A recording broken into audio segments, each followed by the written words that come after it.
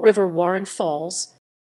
The River Warren Falls was a massive waterfall on the glacial River Warren, initially located in present-day St. Paul, Minnesota, United States. The waterfall was 2,700 feet 823 m across and 175 feet 53 m high. Geologic history.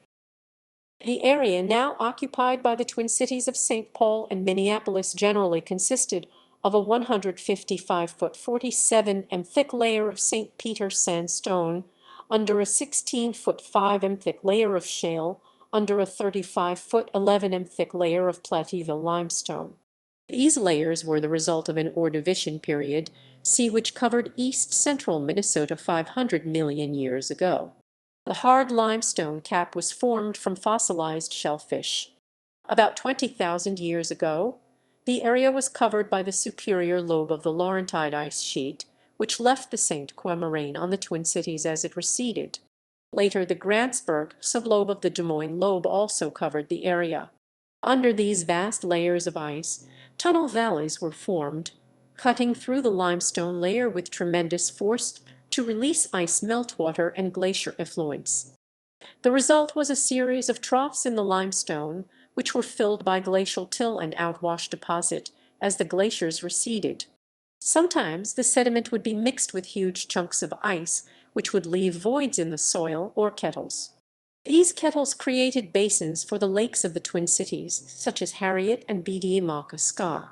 Connecting the city lakes in several north-south arteries are gorges cut through the bedrock, but filled with sand and sediment.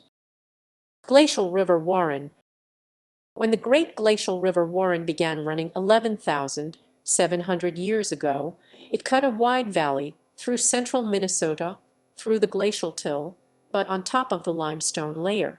The Minnesota River now runs in the valley created by the River Warren.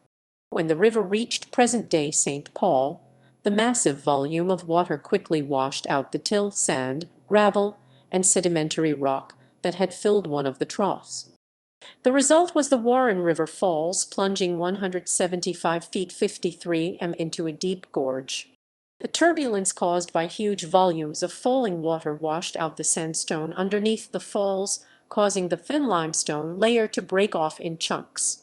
By 10,000 years ago, the waterfall had moved upstream to the confluence of the River Warren and the Mississippi River, adjacent to present-day Fort Snelling. By 9,400 years ago, it had receded another 2 miles 3 km up to 9 Mile Creek.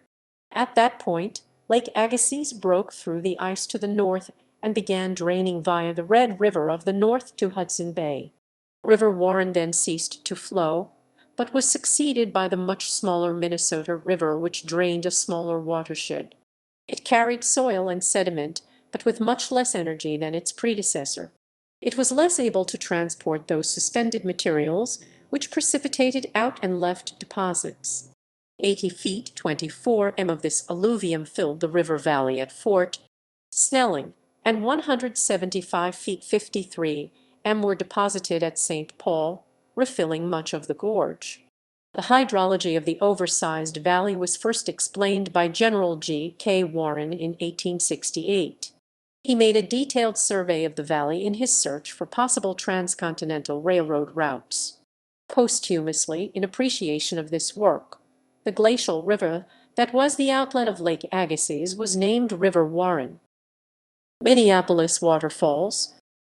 When River Warren Falls receded past the confluence of River Warren with the much smaller Upper Mississippi River, a new waterfall was created where the Mississippi entered the much lower River Warren.